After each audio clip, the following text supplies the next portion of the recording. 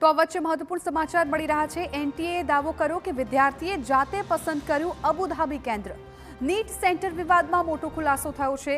Technical ખામી નહીં, ઉમેદવારની પસંદગી તેવું એનટીએ તરફથી કહેવામાં આવ્યું। ઉમેદવારે 2 વખત કેન્દ્રની પુષ્ટિ કરી છે।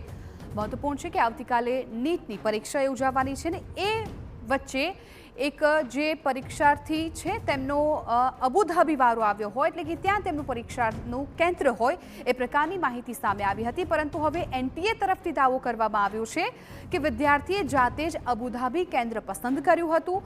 નીટ સેન્ટર વિવાદમાં આ મોટો ખુલાસો થયો છે। કોઈ પણ પ્રકારની ટેકનિકલ ખામી ન હોવાનું એનટીએ તરફથી કહેવામાં આવ્યું છે। પરીક્ષા કેન્દ્રની પસંદગી એ ઉમેદવારે કરી હતી। ઉમેદવારે 2 વખત કેન્દ્રની પુષ્ટિ પણ કરી હોવાનું એનટીએ દ્વારા કહેવામાં આવી રહ્યું છે। તો નાગપુરના વિદ્યાર્થીને નીટ પરીક્ષા માટે અબુધાબી કેન્દ્ર ફાળવાયું હોવાના વિવાદ વચ્ચે હવે રાષ્ટ્રીય પરીક્ષા એજન્સીઓએ મોટો ખુલાસો કર્યો। એનટીએના જણાવ્યા મુજબ આ કોઈ ટેકનિકલ ખામી કે સિસ્ટમની ભૂલ નહોતી, પરંતુ ઉમેદવારે સુધારા પ્રક્રિયા દરમિયાન પોતાના લોગિનથી જ અબુધાબીને પરીક્ષા કેન્દ્ર તરીકે પસંદ કર્યું હતું। એજન્સીના વેબ રેકોર્ડમાં આ ફેરફાર ઉમેદવારના ખાતામાંથી કરવામાં આવ્યો હોવાનું સામે આવ્યું। તો ઉલ્લેખનીય છે કે અબુધાબી કેન્દ્ર ફાળવાતા વિદ્યાર્થી અને તેના પરિવારજનોએ એજન્સી પર સવાલ ઉઠાવ્યા હતા। મામલો સોશિયલ મીડિયા સુધી પહોંચ્યો હતો।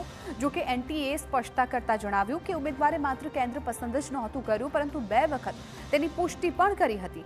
એજન્સીએ બાદમાં વિદ્યાર્થીને નવું કેન્દ્ર ફાળવી દીધું, પરંતુ આ ખુલાસા બાદ સમગ્ર વિવાદને નવો વળાંક મળ્યો હતો।